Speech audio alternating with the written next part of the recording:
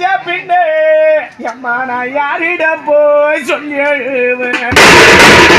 இன்னைக்கு எங்க அம்மா சரிஞ்ச பின்னே எம்மா நான் யாரிடம் போய் சொல்லி எழுவேன்.